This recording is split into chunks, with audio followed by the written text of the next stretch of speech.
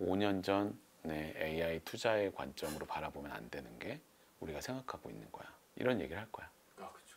저는 항상 이렇게 여기서 말씀하실 때마다 경건하게 들어요. 그러지 마. 너 자는 거 다 알아. 아니요, 진짜 경건. 안녕하세요, 여러분. 미래에셋생명 변해군용본부장 위드관입니다. 3개월 만에 다시 인사드리는데요.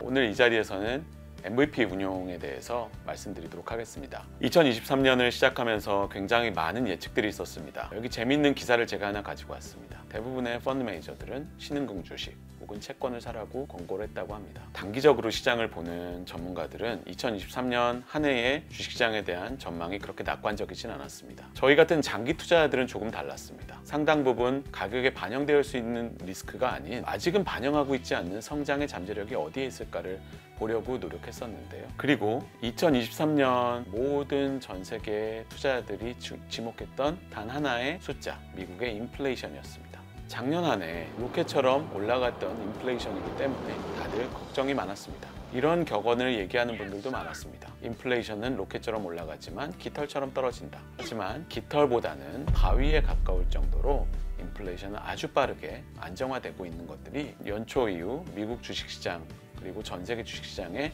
아주 중요한 요인 중에 하나가 된 것 같습니다. 인플레이션 차트를 보시면 아주 빠르게 떨어진 걸 볼 수 있고요. 그리고 그 인플레이션의 각 항목을 나눠놓은 이 복잡한 표를 보시게 되면 빨갛게 달궈졌던, 즉 뜨거웠던 인플레이션이 점차 초록색으로 식어가고 있는 것들을 모든 영역에서 볼 수 있다는 것이 그 증거인 것 같습니다. 여기 조금은 복잡해 보이는 차트는 주황색 선은 S&P 500 지수를 추종하는 ETF의 가격이고요. 파란색 선은 주요 국가의 유동성을 모두 합친 것입니다. 연초 이후 만들어진 이런 주요 주식시장의 아주 놀라운 랠리는 어떤 투자자들은 의심의 눈초리로, 어떤 투자자들은 아주 강한 확신으로 대응을 하고 있습니다. 그 중에서 조금은 조심스러운 의견을 제시하는 투자자들이 얘기하는 것은 이겁니다. 두 선이 꽤 비슷하게 움직이네.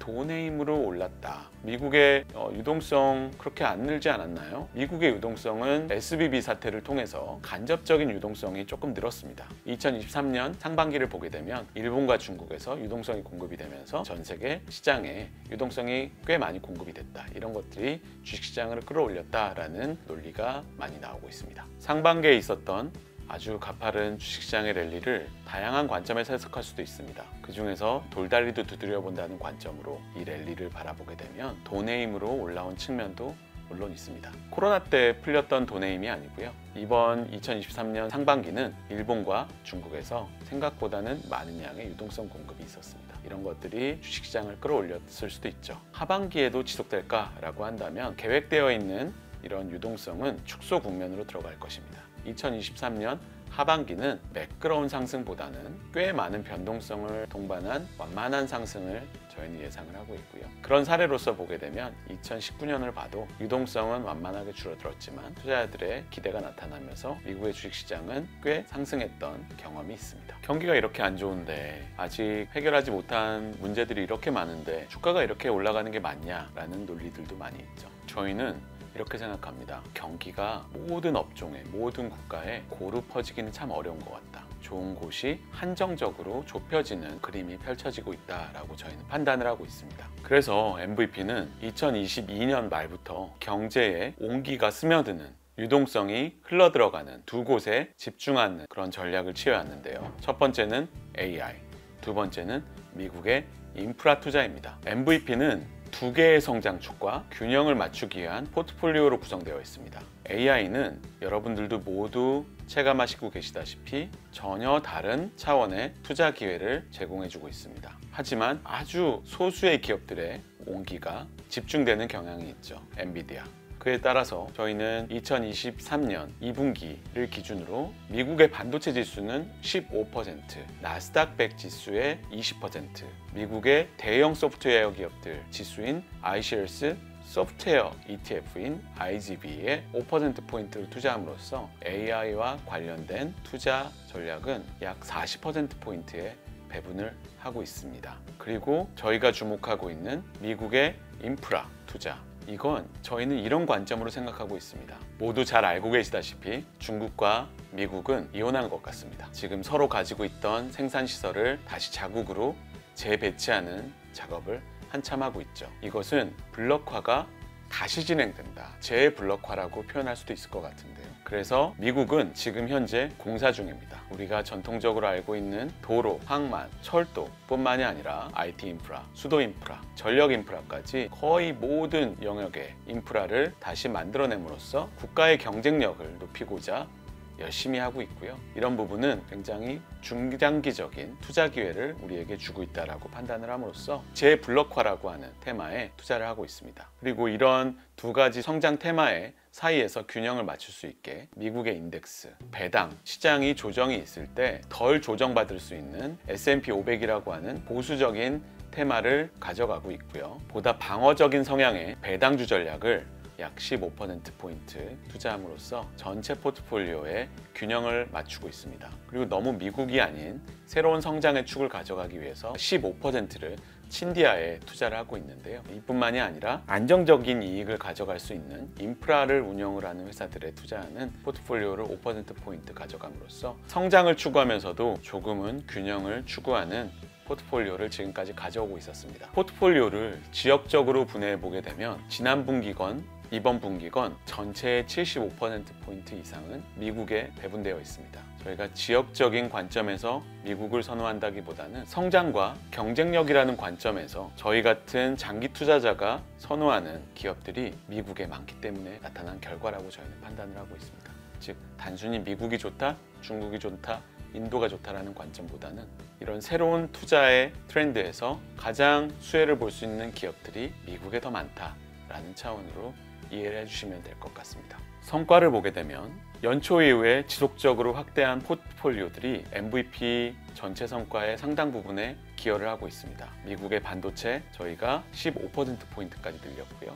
그리고 나스닥 20%포인트까지 늘린 이 두 가지 포트폴리오가 가장 큰 기여를 하고 있고요. 조금은 안정적으로 기여를 하고 있는 포트폴리오는 또 역시 미국인데요. S&P 500이나 미국의 인프라 관련 기업들, 즉 US 인프라스트럭처 ETF 이 두 가지가 조금은 안정적으로 조금은 낮은 변동성 하에서 성과를 기여해 줌으로써 MVP는 올해 상반기에 아주 양호한 수익률을 만들어냈습니다. 반면 중국 주식은 연초의 기대와는 달리 굉장히 실망스러운 모습을 보여주었습니다. 리오프닝이라고 하는 아주 커다란 변화에서 많은 투자자들이 그랬던 것처럼 저희도 아주 약간의 기대는 있었습니다. 하지만 위험요인 역시 많았기 때문에 그 비중을 상당 부분 제한을 하면서 인도와 함께 묶어서 투자를 하는 친디아 전략을 저희가 가져갔었는데요. 15%로 가져감으로써 상대적으로는 인도가 양호한 성과를 만들어냈기 때문에 친디아 전략 자체는 연초 이후로는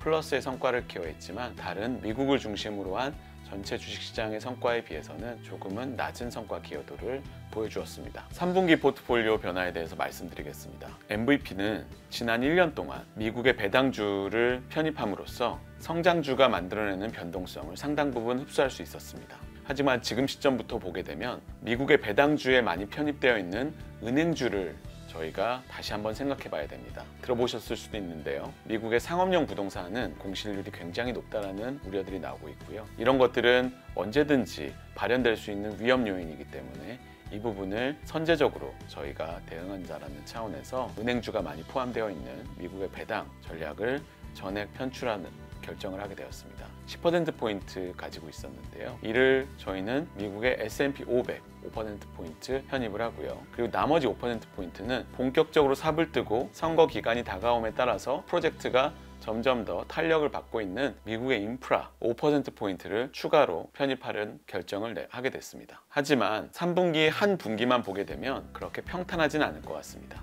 분명히 조정도 있을 것이고요. 저희는 그 조정 기간을 충분히 잘 살려서 새로 편입해야 될 자산을 조금 싸게 편입할 수 있는 기회를 엿보도록 하겠습니다. 중국에 대한 위험 관리 역시 필요하다. 저희가 15% 들고 가고 있는 친디아 비중을 5%포인트 줄여서 일본 주식에 배분하려고 합니다. 이 역시 전 세계의 재블록화, 새로운 블록의 탄생이라는 테마와도 연결돼서 생각할 수 있을 것 같은데요. 일본이라고 하는 거대한 경제가 이런 새로운 블록 하에서 다시 조명받고 있고, 이런 것들이 투자자들에게 다른 기회를 제공하고 있기 때문에 저희가 5%포인트 일본 주식형을 편입함으로써 지역적인 다변화와 함께 재블록화에서 수혜를 볼 수 있는 포트폴리오를 더 강화했습니다.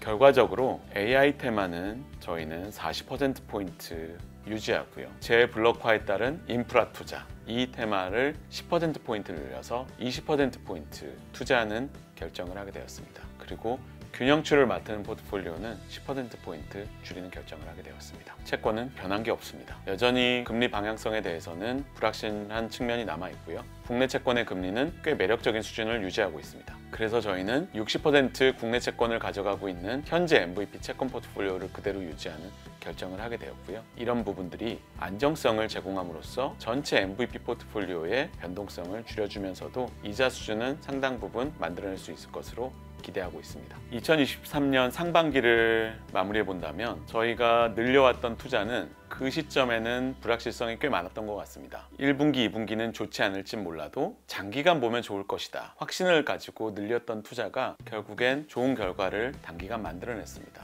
하반기에도 아마 많은 변동성이 있을 것 같습니다. 그때마다 그런 단기적인 시점에 따라서 흔들리는 게 아닌 장기적으로 좋을 수 있는 걸 고객님들께 드린다라는 저희의 투자 원칙 잊지 않고 운용하도록 하겠습니다. 남은 하반기도 최선을 다하도록 하겠습니다. 감사합니다.